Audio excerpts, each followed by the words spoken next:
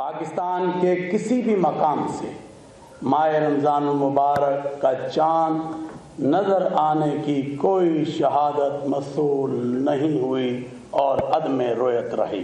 یکم رمضان المبارک 1446 ہجری 2 مارچ 2025 بروز اتوار کو ہوگی انشاءاللہ۔ رمضان المبارک کا چاند نظر نہیں آیا، پہلا روزہ کل 2 مارچ کو ہوگا۔ ملک بھر کی مساجد میں آج پہلی تراویح ادا کی جائے گی۔ چیئرمین رویت ہلال کمیٹی عبدالخبیر آزاد کا اعلان۔ پشاور میں مرکزی رویت ہلال کمیٹی کے اجلاس کی صدارت کی۔ اجلاس میں کمیٹی اراکین، موسمیات، اسپارکو اور دوسرے اداروں کے نمائندے شریک ہوئے۔ کراچی، لاہور، اسلام آباد اور کوئٹہ سے کوئی شہادت موصول نہیں ہوئی۔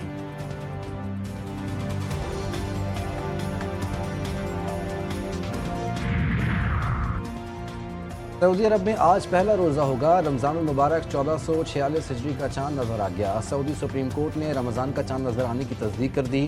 ماہ مقدس کے آغاز پر ہزاروں افراد نے مکہ مکرمہ اور مدینہ منورہ میں پہلی تراویح کے روح پرور مناظر۔ مسجد قبلتین اور مسجد قباء میں بھی پہلی تراویح کے بڑے اجتماعات ہوئے۔ خلیجی ریاستوں میں بھی آج رمضان المبارک کا پہلا روزہ ہوگا۔ متحدہ عرب امارات، کویت، قطر میں نماز تراویح کی ادائیگی۔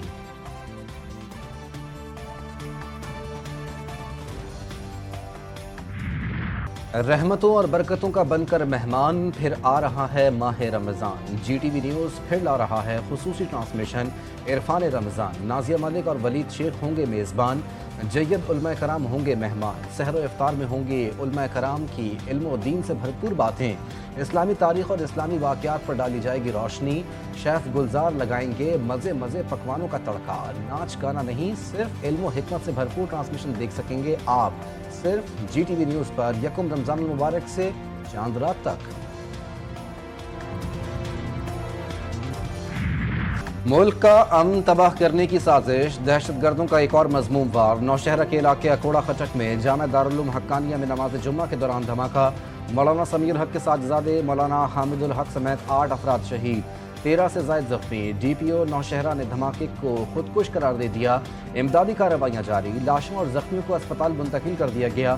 دارالعلوم حقانیہ میں دھماکہ مدرسے کے اندر نماز جمعہ کے بعد ہوا، 4 افراد شہید، 20 سے زائد زخمی ہوئے۔ دھماکے کی ابتدائی رپورٹ خیبر پختونخوا حکومت کو موصول۔ رپورٹ کے مطابق دارالعلوم حقانیہ میں ہونے والا دھماکہ خودکش تھا۔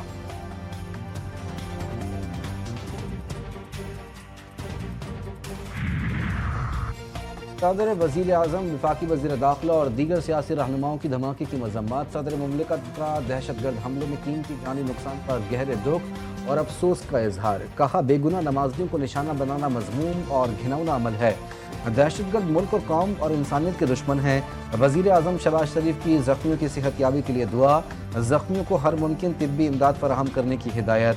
چاروں گورنرز، وزرائے اعلیٰ، اسپیکر قومی اسمبلی، چیئرمین سینٹ کی دھماکے کی مذمت۔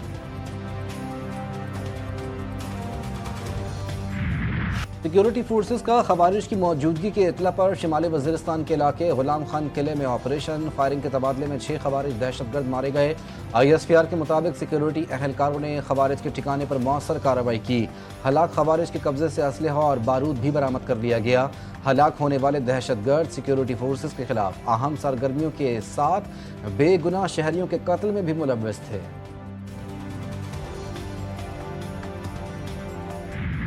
اینٹی نارکوٹکس کورٹ سے مقتول مصطفیٰ عامر کا نام منشیات کیس سے خارج۔ مصطفیٰ عامر ملزم ہے۔ ملزم 31 جنوری 2024 کو گرفتار ہوا۔ 20 مارچ کو اس کی ضمانت منظور ہو گئی۔ مصطفیٰ کے 2 ساتھی میاں عمار حمید اور فیصل یعقوب اشتہاری ہیں۔ تفتیشی رپورٹ عدالت میں پیش کر دی گئی۔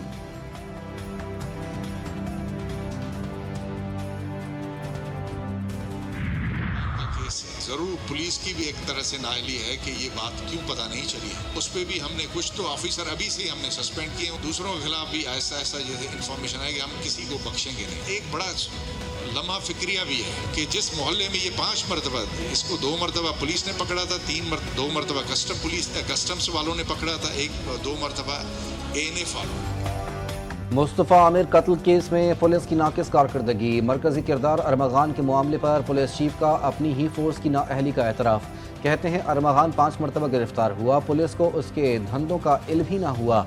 ارمغان کے خلاف مزید 2 مقدمات سامنے آ گئے۔